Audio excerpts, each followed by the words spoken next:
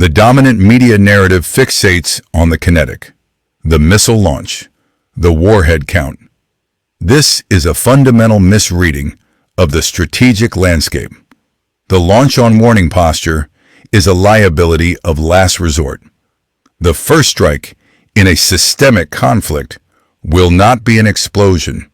It will be silence. Analysts at RUSI confirm that over 97% of global communications and trillions in daily financial transactions travel through a few hundred undersea fiber optic cables. These are the arteries of the global economy. Their kinetic cost of neutralization is negligible. The strategic impact is total. The second vector is orbital, not the destruction of satellites, which creates traceable debris, but temporary reversible blinding. Ground-based lasers targeting spy satellite optics. The objective isn't destruction, it's to create a window of total strategic ambiguity.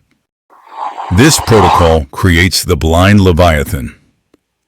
A superpower stripped of its intelligence, surveillance, and reconnaissance capabilities is not weak.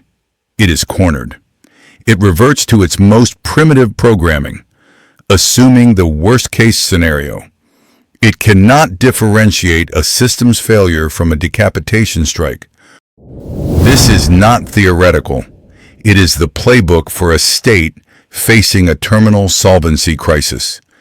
As Russia's conventional capability to wage war degrades, with reports from Blokonomy projecting a full-blown financial crisis by mid-2026, it is mathematically forced to leverage asymmetric vectors to rebalance the board. The silent strike becomes its most rational, cost-effective opening move. The official narrative is a distraction. The Ukraine conflict is not a war of choice. It is a solvency crisis executed kinetically.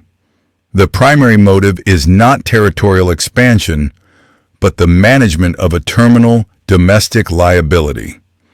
The kinetic cost of the operation has become mathematically unsustainable. CSIS analysis confirms the war itself has metastasized into a political liability. It is an unpopular drain on national resources, creating a systemic risk to the regime's own stability. This internal weakness, this insolvency of political capital, is the primary accelerant.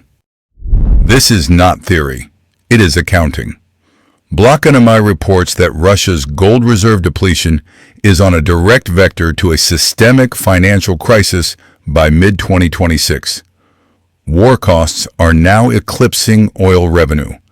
When a state's conventional assets liquidate this rapidly, its operational calculus is forced to change.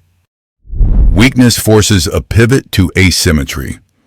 Unable to afford the high kinetic cost of conventional warfare, the state must escalate on cheaper, more damaging vectors. As reported by the Moscow Times, the strikes designed to plunge Kiev into cold are not random cruelty. They are a low-cost, high-leverage strategy born from economic desperation. This is the blueprint. As solvency degrades, asymmetric escalation becomes a mathematical certainty. The central equation of modern warfare is the economics of lethality.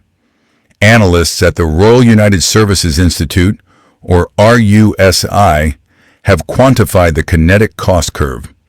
A state's $5 million main battle tank is now a confirmed liability, systematically neutralized by a $500 first-person view drone. This is a 10,000 to 1 cost imbalance. It is not an anomaly. It is a mathematical certainty that the conventionally superior force will experience catastrophic asset liquidation. This systemic shift is termed the democratization of violence. The barrier to entry for projecting lethal, strategic force has collapsed. when a state's primary kinetic tools become economic deadweights. The blueprint dictates a pivot. The state is forced to abandon symmetric attrition and escalate on asymmetric vectors, targeting civilian critical infrastructure as a lower-cost, higher-impact alternative. The battlefield is no longer a physical location. It is a systemic vulnerability. The operational blueprint for a future conflict is being beta-tested, not in overt war zones, but in gray zone environments. CSIS reports identify nations with high internal political polarization and dependence on fragile infrastructure as ideal proxy laboratories for these new weapons. The primary laboratory remains Ukraine. The targeting of its energy grid, documented in reports from the Moscow Times, is not random terror. It is a live-fire exercise in asset liquidation and systemic collapse, executed at a fraction of the kinetic cost. This shift is not a choice. It is a mathematical necessity. Data from Blockonomy confirms this vector. Russian gold reserve depletion projects a systemic solvency crisis by mid-2026. As conventional financial and military power degrades, a state is forced to escalate on asymmetric vectors. The cost of a cruise missile is fixed.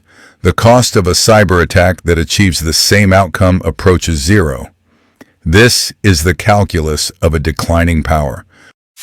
These gray zones are staging areas for the hegemonic conflict analysts at the Telegraph warn is looming.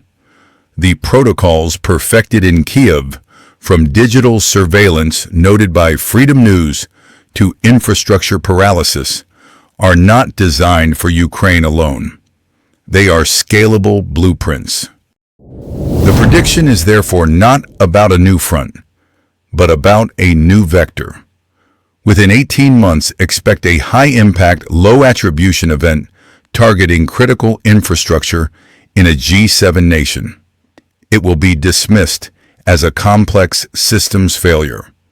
It will not be a failure.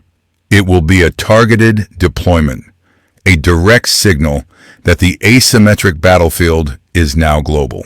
The entire nuclear command and control apparatus is designed with one fatal flaw.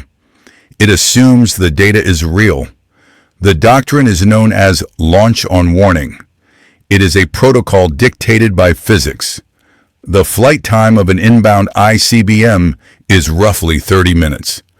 The decision to execute a retaliatory strike must be made in under 10. There is no time to convene a committee. The authorization is pre-delegated.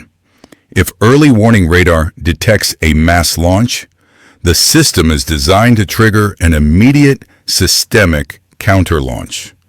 This protocol was engineered for a world that no longer exists.